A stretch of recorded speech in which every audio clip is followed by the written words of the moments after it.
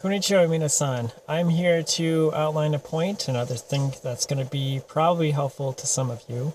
I hope that it is. I know that a lot of people pre-transition may be feeling the same way. And my tip to you is don't get discouraged if you see people out here who have physically transitioned and they look absolutely beautiful. And then you look to yourself and you say, whoa, how do I get there from here? You might look at them and be jealous. You might look at them and say, I hate them. You like them for being out here. You like the whole thing going on. And then when you look yourself every day in the mirror and you don't see the same thing, you have to remember and take it with a measure of discipline that those people started out just like you. I think, in my thoughts of it, not everybody is probably going to physically transition. But the big point here that I'm trying to make is you have to set yourself apart. And by that I mean, you see the example, you see something that somebody else has done, okay? They're very honest, they're very sincere about that. They had to do what they had to do, and they set a plan for it, okay? Whatever somebody else does doesn't mean that you have to meet up to par with what they do, okay? You have to set your own road for things.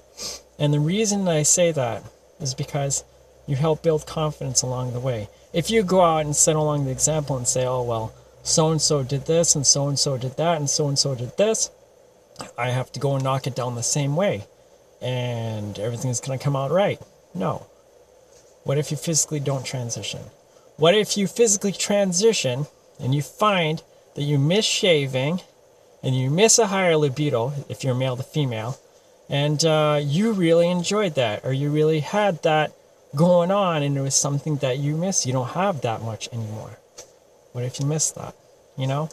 What if you look at it and you say, well, you know, I wanted kids, or you wanted a certain amount of things. Now, there's ways of overcoming that thing. If you did want to have kids, there is ways of having kids if you wanted to, but you have to find your own road. I mean, I've subscribed to some people out here for a number of years, and I've literally got to see them change. One person that I admire very much, Gigi Gorgeous, if you look it up, she's wonderful. I liked her for a number of years, and I still like her, okay? She transitioned out of nowhere. I saw a change happen, and I was scratching my head and saying, something has changed and something's different. And all of a sudden, months and months and months went by, and she announced that she's trans and blah, blah, blah, blah, blah, blah, blah. I mean, I liked her before, I like her after, but when I look at the videos that I see of her now, physically transitioned, I can't help but have feelings that I absolutely hate her. And then she says something very sweet that comes from her mouth, and I'm like, I really liked what she said, and I love her. So I kind of have a love and a hate relationship with that. But you have to remember, she started out just like everybody else.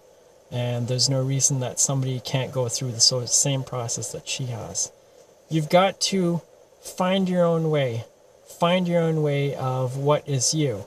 My personal example here now is I work at night. I'm not very social with people because most of the time I'm up at night just like I am right now.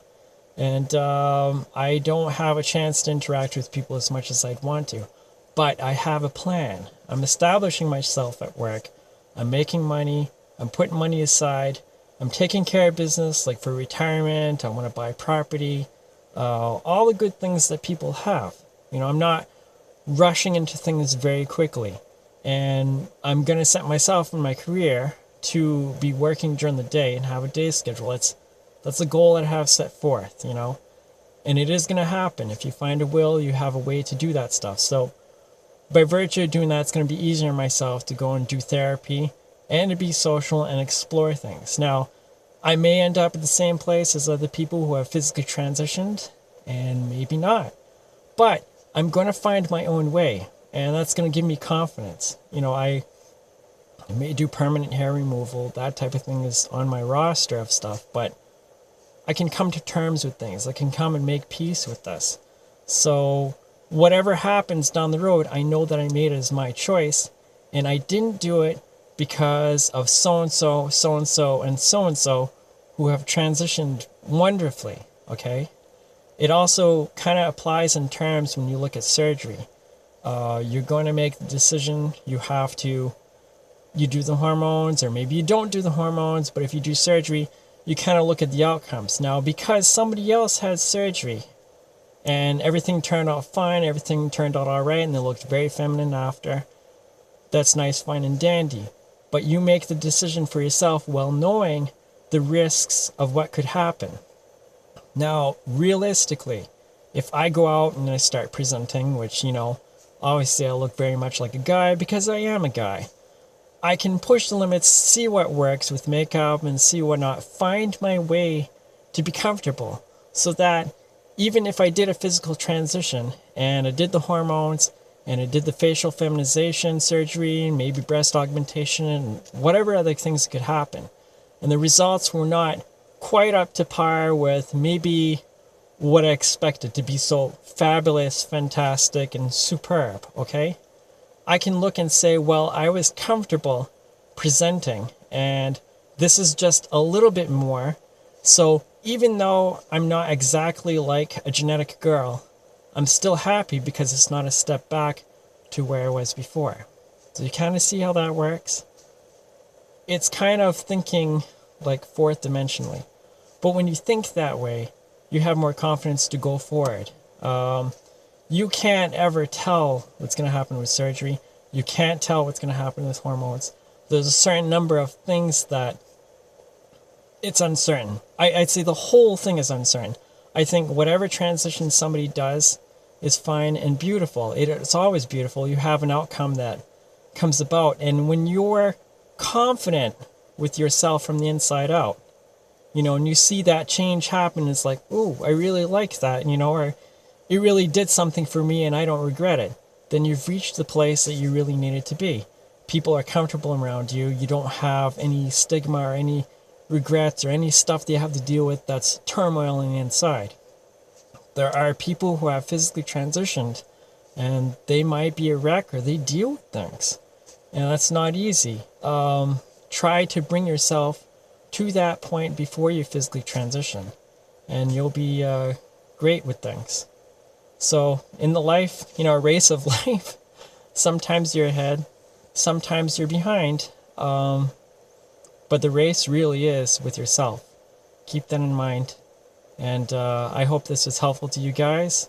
I'm here, not physically transitioned, or probably years before I do it, or years before I do anything, but life is good, and you can still find that way with things. I hope this is helpful, and I will be back someday to offer other tips.